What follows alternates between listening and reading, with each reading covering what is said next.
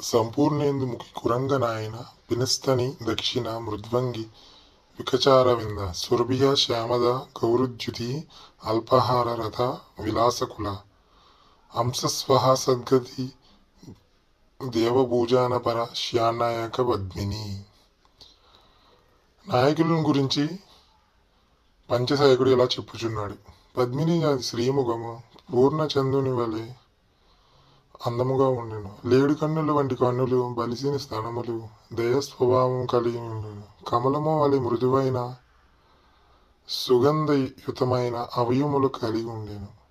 తెలుపు లేక గౌవర్ణము కలిగి కాంతివంతముగా ఉండెను.